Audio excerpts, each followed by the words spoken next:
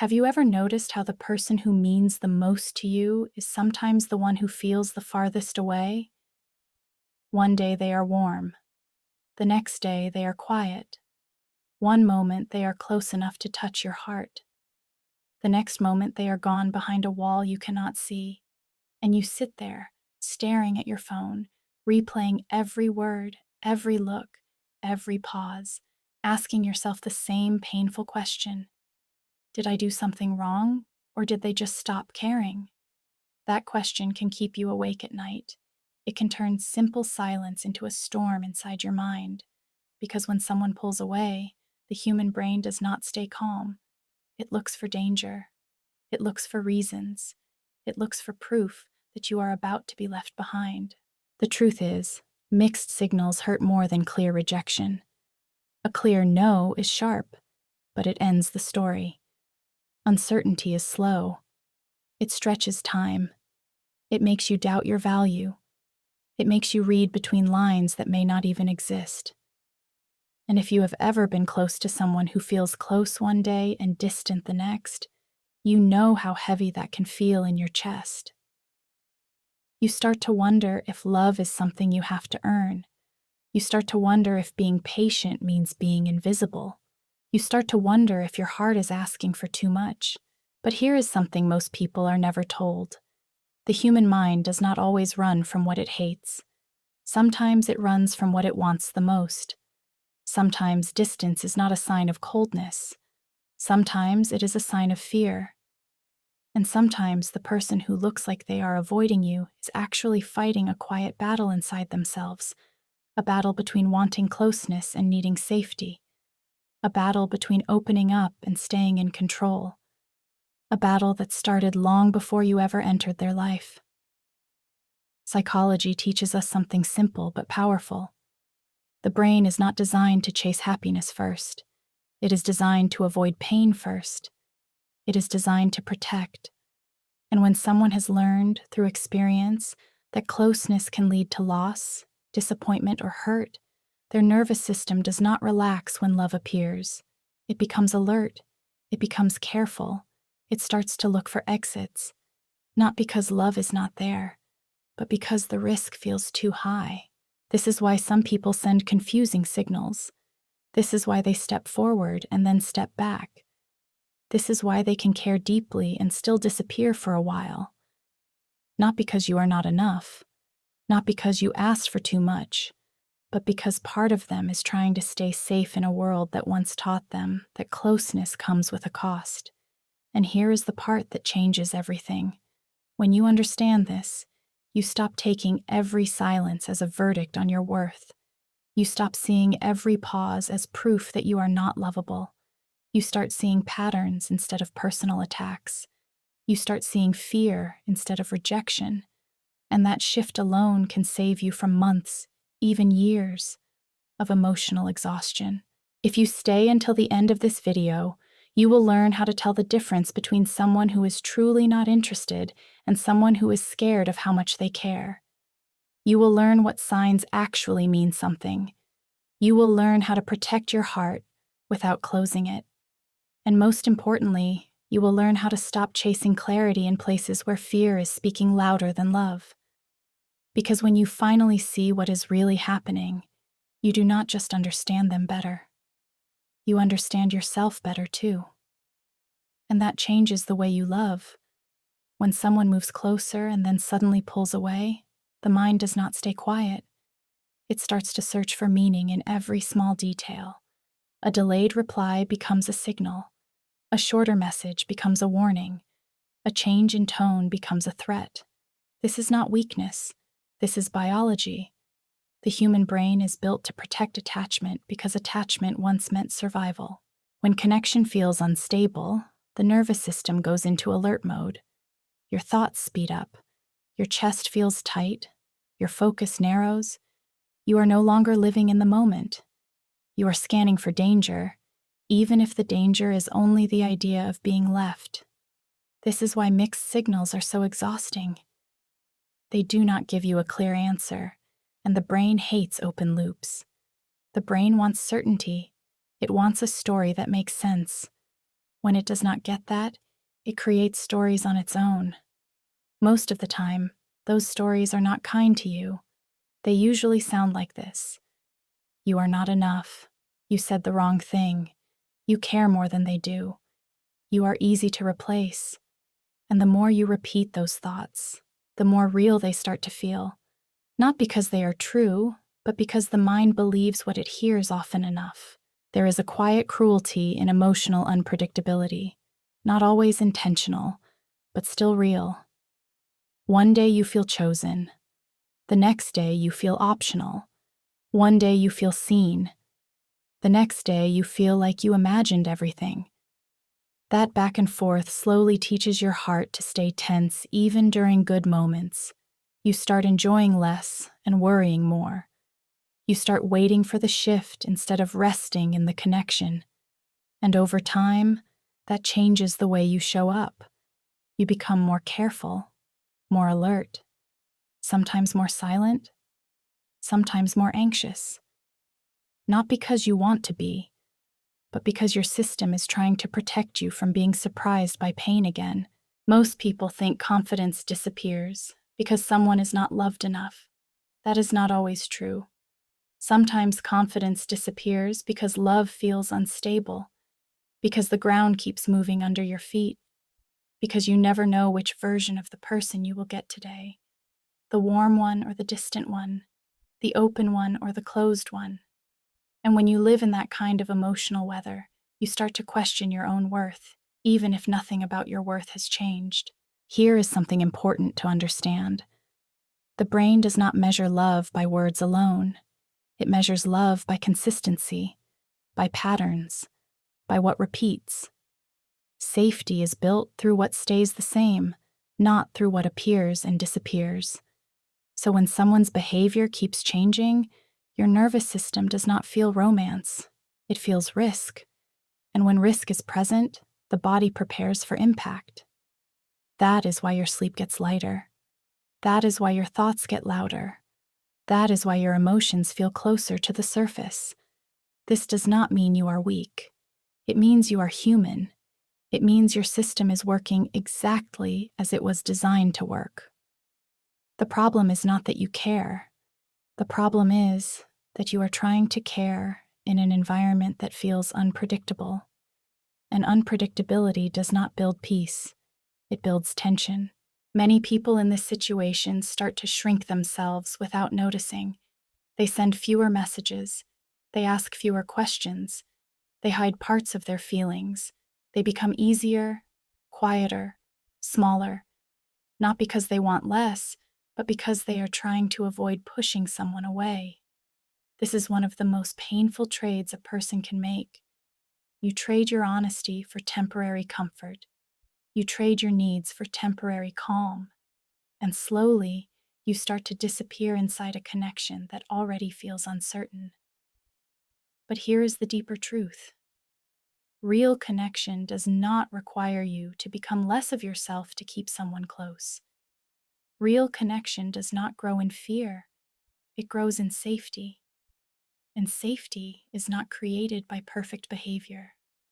It is created by emotional clarity, by knowing where you stand, by not having to guess every day.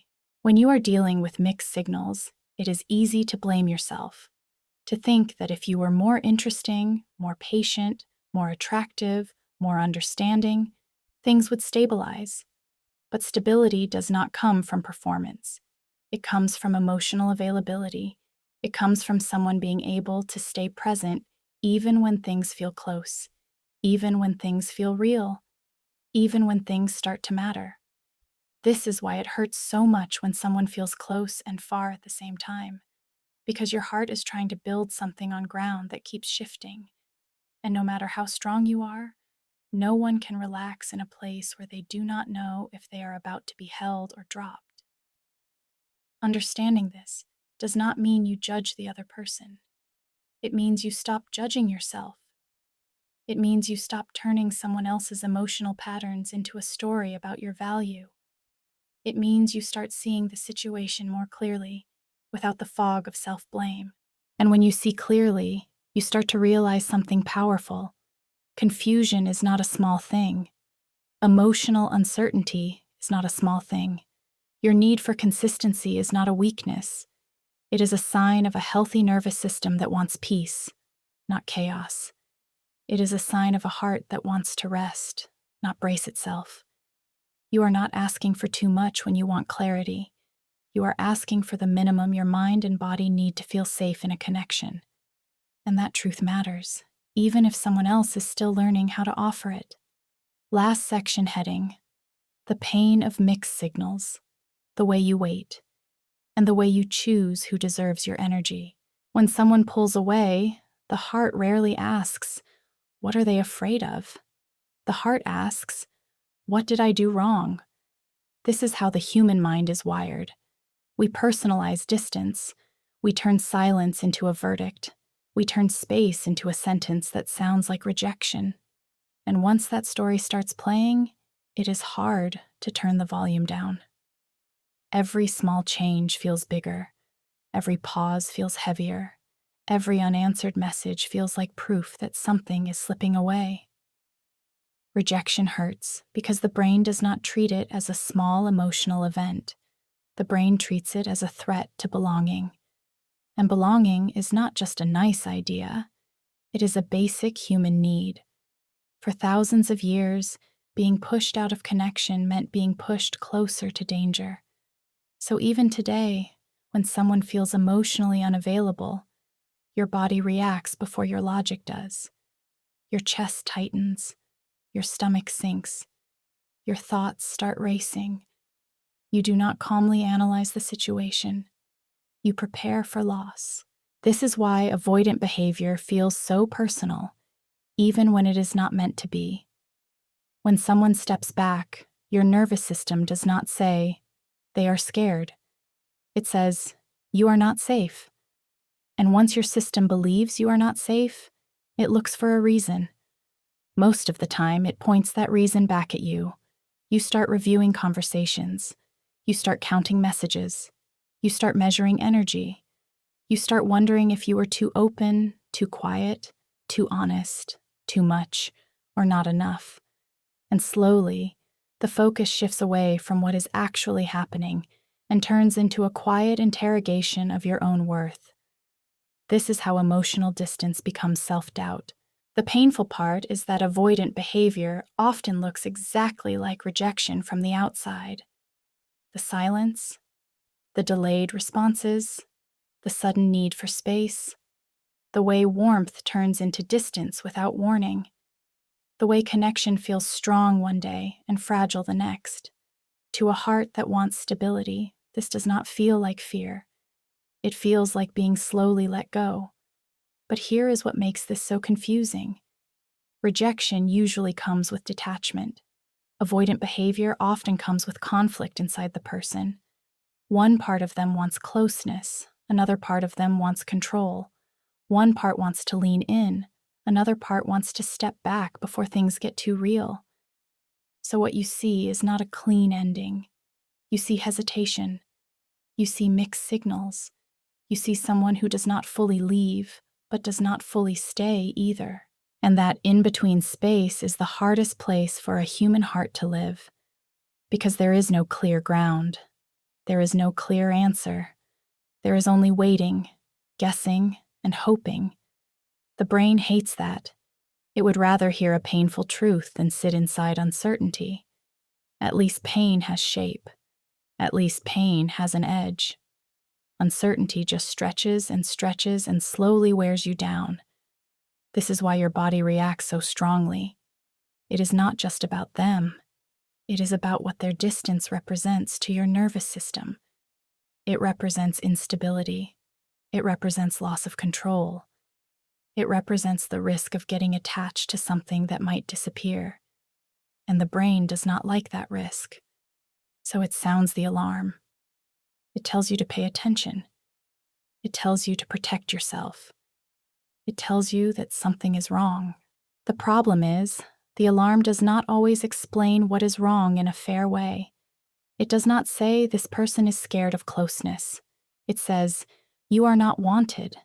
It does not say this person is struggling with vulnerability. It says, "You are not enough." And if you listen to that story long enough, it starts to shape how you see yourself. You begin to shrink your expectations. You begin to lower your standards. You begin to accept less clarity and call it patience. You begin to accept less effort and call it understanding. And all the while, a quiet part of you feels tired. Because deep down, you know that real connection is not supposed to feel like a test you keep failing. Avoidant behavior feels like rejection because the emotional experience is almost the same. The outcome feels the same in your body. The uncertainty, the anxiety, the fear of loss, the question marks that never fully go away. Your nervous system does not care about labels. It cares about patterns. And when the pattern is distance, your system responds as if you are being pushed away. Understanding this does not mean you suddenly stop feeling the pain, but it does change where you place the meaning. Instead of turning every pause into a judgment about your value, you start seeing it as a sign of someone else's inner conflict. Instead of asking, "What is wrong with me?" you start asking, "What is happening inside them?" And that shift is not small. It is the difference between carrying shame and carrying clarity. You are not broken for wanting consistency. You are not needy for wanting to feel emotionally safe. You are not weak for feeling hurt when someone you care about pulls away. You are responding exactly the way a human nervous system responds to uncertainty and connection. And when you finally see that, something inside you starts to soften. Not because the situation is easy, but because you stop turning someone else's distance into a story about your worth. You start separating their fear from your value, and that is the first step toward protecting your heart without closing it. Last section heading: Why avoidant behavior feels like rejection. There is a common story people tell themselves when someone keeps their distance. The story says, if they cared, they would stay close. If they loved me, they would not pull away. If I really mattered, this would be easy for them. That story sounds logical. It sounds fair, but it is not always true. Sometimes it is not a lack of feeling that creates distance. Sometimes it is the presence of feeling that does. This is the part most people never learn. Some people do not run from what they do not want. They run from what they want but do not know how to hold. They run from closeness because closeness feels dangerous to their nervous system. They run from attachment because attachment once came with pain, loss, or disappointment. So when something real starts to form, their body does not relax into it. Their body prepares to escape it. The big misunderstanding about avoidant behavior is thinking it is about not caring. Many times, it is about caring and not knowing how to stay. It is about wanting connection, but not trusting it. It is about feeling something deep and having no safe place inside to put it. So the system does what it learned to do long ago. It creates space. It creates distance. It creates control. Think about this for a moment. If someone truly did not care, they would not struggle. They would not hesitate. They would not feel torn. They would simply drift away without looking back. Indifference is quiet. It is clean. It does not come with inner conflict. Avoidant behavior, on the other hand, is full of tension. It is full of mixed signals because the person themselves is divided. One part of them wants to be close. Another part of them is afraid of what closeness will cost. One part of them wants to open up. Another part of them is scanning for danger. So what you see on the outside is inconsistency. What is happening on the inside is a nervous system trying to survive. Most people assume that love should always make you brave, that when feelings are real, fear should disappear. But that is not how the human brain works. The brain does not erase old lessons just because something good appears. If someone learned early in life that relying on others leads to disappointment, their system does not forget that easily. It remembers. And when something starts to matter, it reacts. This is why some people seem calm when they are distant. but restless when they get close. Distance feels familiar. Distance feels controlled. Distance feels safe. Closeness feels unknown. Closeness feels risky. Closeness feels like giving someone the power to hurt you. So, the moment things start to feel real, their system hits the brakes. It is important to understand this, not to excuse behavior, but to explain it. There is a difference. Explanation gives you clarity. Excuses take away your boundaries. You can understand why someone struggles with closeness and still decide what you need to feel safe.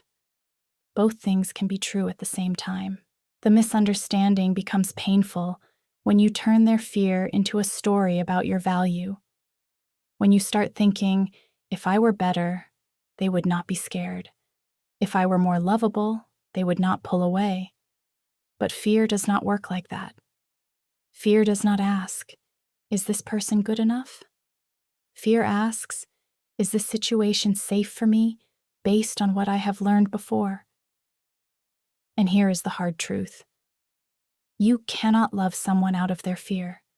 You cannot perform your way into making their nervous system feel safe. You cannot be perfect enough to heal a pattern that was built long before you arrived. What you can do is stop carrying responsibility for something that does not belong to you. Many avoidant people are not cold. They are overwhelmed. They are not heartless. They are guarded. They are not uninterested. They are unsure how to stay present when emotions get deep. So they do what they know. They create space. They go quiet. They distract themselves. They regain control by pulling back. From the outside, it looks like distance. On the inside, it often feels like relief mixed with regret. Relief because the pressure eases. Regret because something meaningful was just pushed away. That inner push and pull is exhausting, and it explains why their behavior can feel so confusing to the person who cares about them. Understanding this changes the way you see the situation. You stop asking, why am I not enough? And start seeing, this person is afraid of what this connection is becoming. You stop personalizing every step back and start recognizing a pattern that has nothing to do with your worth and everything to do with their history. This does not mean you wait forever. It does not mean you accept uncertainty as your normal. It means you see the truth clearly instead of through the lens of self-blame. It means you protect your heart with understanding, not with excuses. Because when you finally let go of the idea that distance always means disinterest, you free yourself from a lot of unnecessary pain. You stop chasing validation from someone who is fighting their own fear. You stop shrinking yourself to make someone else feel comfortable, and you start standing in a calmer, steadier place inside yourself. You are not hard to love because someone is scared to stay. You are not too much because someone does not know how to hold closeness. Sometimes the real story is not that they do not care. Sometimes the real story is that they care, and that is exactly what scares them. Last section heading, the big misunderstanding about avoidance.